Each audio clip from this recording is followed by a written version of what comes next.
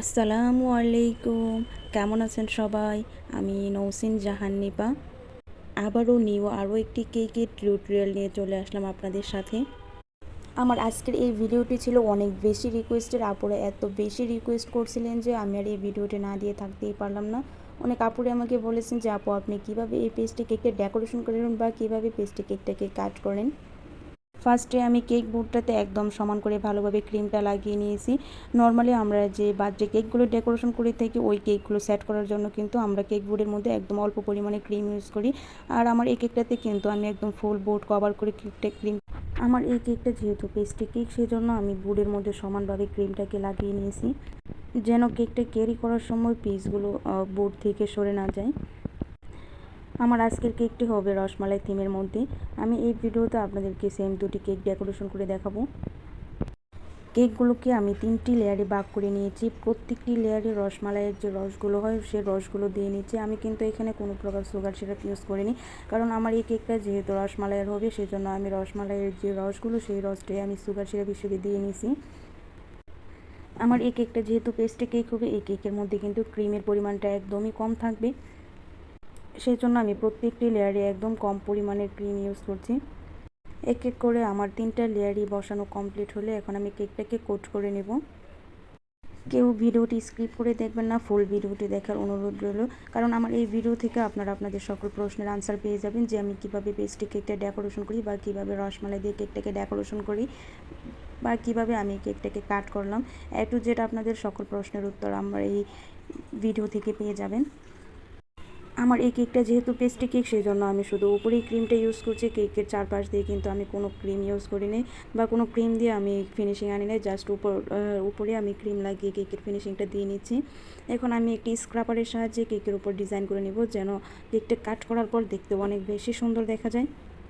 কেকটা দেখতে যেন আরও অনেক বেশি ইয়াম্মি বা অনেক বেশি লোভনীয় লাগে, সেজন্য আমি এইখানে কিছু হোয়াইট চকলেট গ্রেট করে দিয়ে নিয়েছি, কারণ এই হোয়াইট চকলেটটা দেওয়ার পর কেকটা দেখতে আরও অনেক বেশি সুন্দর লাগবে, এটা অনেক বেশি লোভনীয় লাগবে। এই তো আমার হোয়াইট চকলেটগুলো দেওয়া হলে এখন আমি কেকের চারপাশ দিয়ে একটু পরিমাণের কেটে নিব, যেন কেকটা দেখতেও অনেক বেশি সুন্দর দেখায়।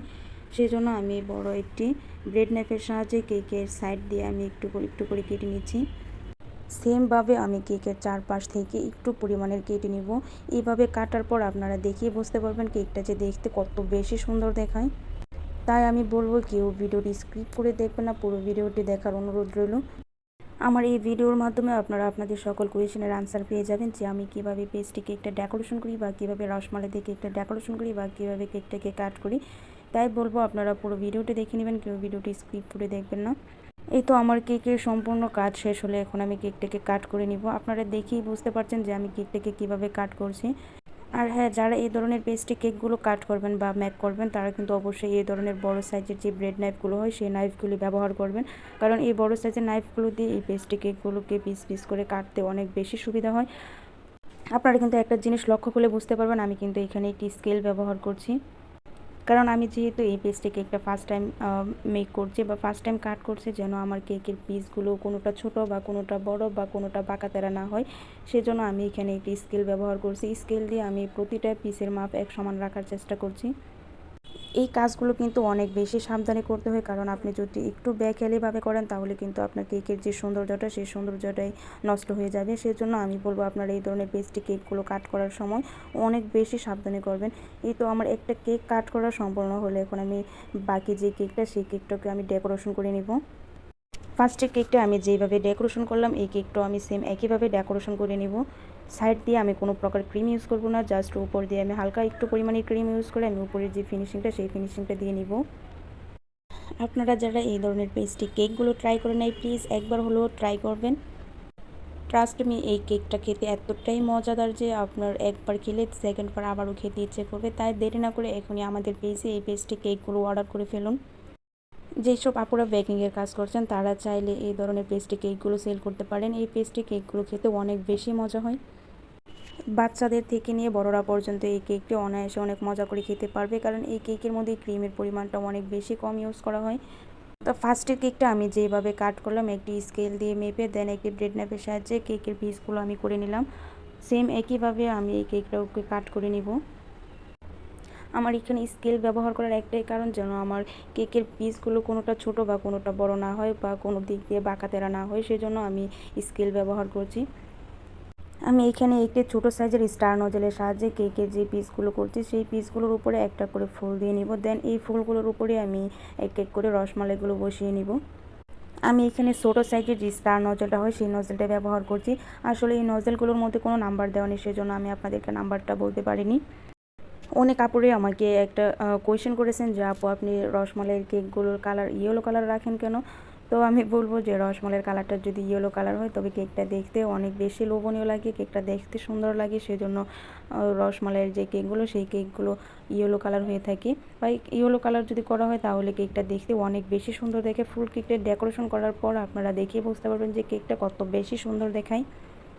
এই তো আমি এক এক করে প্রত্যেকটা ফুলের উপর আমি রসমালাইয়ের পিসগুলো দিয়ে নিচ্ছি। আর হ্যাঁ, একটা কথা বলতে ভুলে গেছি, আমি কিন্তু এখানে 2টি কেক মেক করার জন্য 3টা কেক বেক করেছি।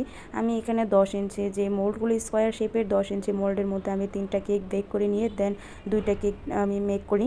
আমার এই পেস্ট্রি কেকগুলো কিন্তু অনেক বড় সাইজের ছিল, সেই জন্য আমার এখানে 3টা কেক লেগেছে, 10 ইঞ্চি সাইজের 3টা কেক লেগেছে।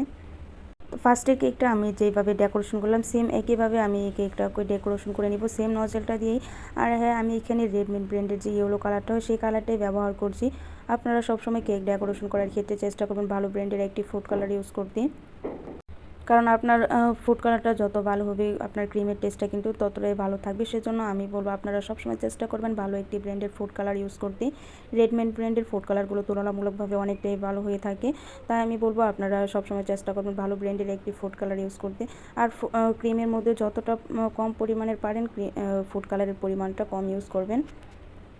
আমি এখানে খুবই অল্প পরিমাণের ইয়েলো কালার দিয়ে আমি এই কালারটা করে নিয়েছি। তো আমার এই কেকের ডেকোরেশনটাও শেষ হলে আমি এইটা তো সেমভাবে রসমালাইগুলো দিয়ে নিব। এর কেকটা দেখতে যেন আরও অনেক বেশি সুন্দর দেখে, সেজন্য আমি প্রত্যেকটা রসমালাইয়ের মিষ্টির উপর হালকা করে একটু ইয়েলো কালার দিয়ে নিচ্ছি। ইয়েলো কালারটা দেওয়ার পর আপনারা দেখেই বুঝতে পারছেন কেকটা যে আরও কত বেশি সুন্দর দেখায়। তো আপনাদের কাছে আমার এই কেকের টিউটোরিয়ালটা কেমন লাগছে বা আমার এই পেস্ট্রি কেকের ডেকোরেশন কাট সব মিলিয়ে কেমন লাগছে অবশ্যই আমাকে কমেন্ট করে জানাবেন। আর যদি ভালো লাগে থাকে প্লিজ একটা লাইক কমেন্ট অ্যাড শেয়ার করতে ভুলবেন না। যারা এখনও আমার পেজটাতে ফলো দেন নাই প্লিজ সবাই আমার পেজটা ফলো দিয়ে আমার পেজের সাথে থাকবেন। আল্লাহ হাফেজ।